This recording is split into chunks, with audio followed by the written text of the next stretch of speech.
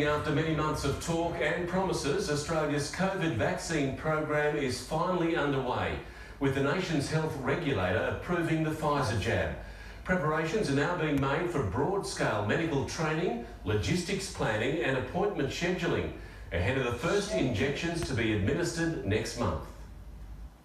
1 year to the day since Australia recorded its first COVID case and went on to deal with almost 30,000 more, 900 lives lost, the vaccine fight back begins. I think this is a very special day for Australia. The Pfizer drug approved and set for rollout when the first shipments arrive late next month, beginning at 80,000 doses a week. We intend to get it right. We've got major logistics issues vaccinating 26 million people. The program to be supplemented by the AstraZeneca vaccine, 1 million shots a week from late March.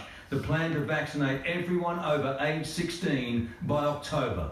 Warnings though, it is no silver bullet. It is important to understand that once the vaccines start, that doesn't mean you can jump on a plane to Bali the next day. While they know it stops serious illness, there's uncertainty it stops transmission. However, when we get that very high uptake across a large proportion of the population, it's just going to block the virus from getting very far. The vaccine, rated 95% effective, needs 2 doses, taken 3 weeks apart. First in line, quarantine and frontline workers, aged care staff and residents. The government has also revealed it's bought the rights to manufacture Pfizer's treatment here. That puts Australia in a vastly more secure position than almost any other country in the world. But there's criticism too. The opposition saying the vaccine should have been ready to roll out the moment the approval was given, and not in 4 weeks' time. Overseas, 64 million jabs have already been administered. This government consistently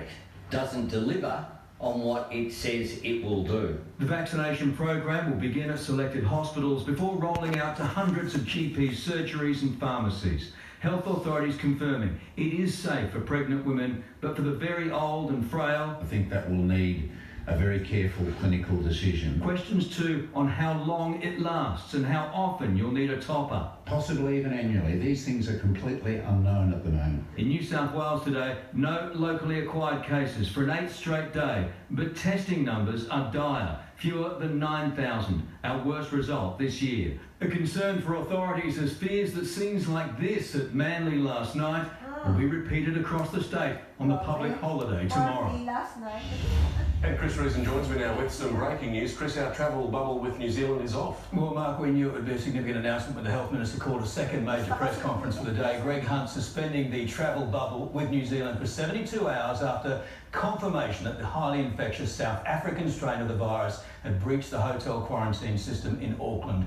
Now, a 56-year-old woman testing positive, but not until she'd left the hotel and visited 30 sites around the city. It now means that anyone coming from New Zealand will go into immediate 2 weeks quarantine, just like all other travellers, and anyone who's arrived here on or since January 14 is asked to urgently test and self-isolate.